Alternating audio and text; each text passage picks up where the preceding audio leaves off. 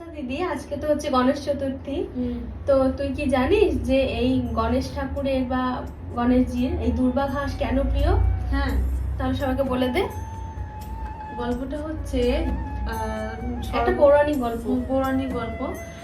একটা অনলাসুর নামে একজন অসুর দেবতাদেরকে খুব উপদ্রব করে এবং কোনো দেবতাই কিন্তু সে অসুরের সঙ্গে পেরে ওঠে না এবং অবশেষে গণেশজি শরণাপন্ন হন এবং সেই মুহূর্তে গণেশজি তাদেরকে রক্ষা করার জন্য ওই অসুরকে গিলে খেয়ে নেন।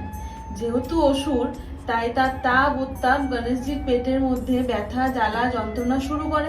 হ্যাঁ, গণেশজির পেটে মানে খুব জ্বালা পোড়া খুব জ্বালা পোড়া হচ্ছিল।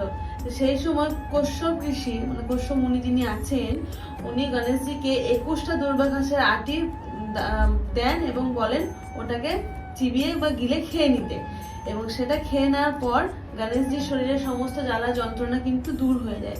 এবং তখন থেকে গণেশজির এই দুর্বাঘাস অত্যাধিক প্রিয়। যেহেতু ওটা খেয়ে গণেশজি আরাম পেয়েছিলেন, তাই ওটা কিন্তু নৈবেদ্য হিসেবে গণেশজিকে প্রদান করতে হয়, পায়ে কিন্তু দিতে হয় না। গণেশজির মাথায় বা সুরে বা ভোগের থালাতে দুর্বাঘাস দিয়ে গণেশজিকে অর্পণ 21টা দুর্বাঘাস। 21টা দুর্বাঘাস।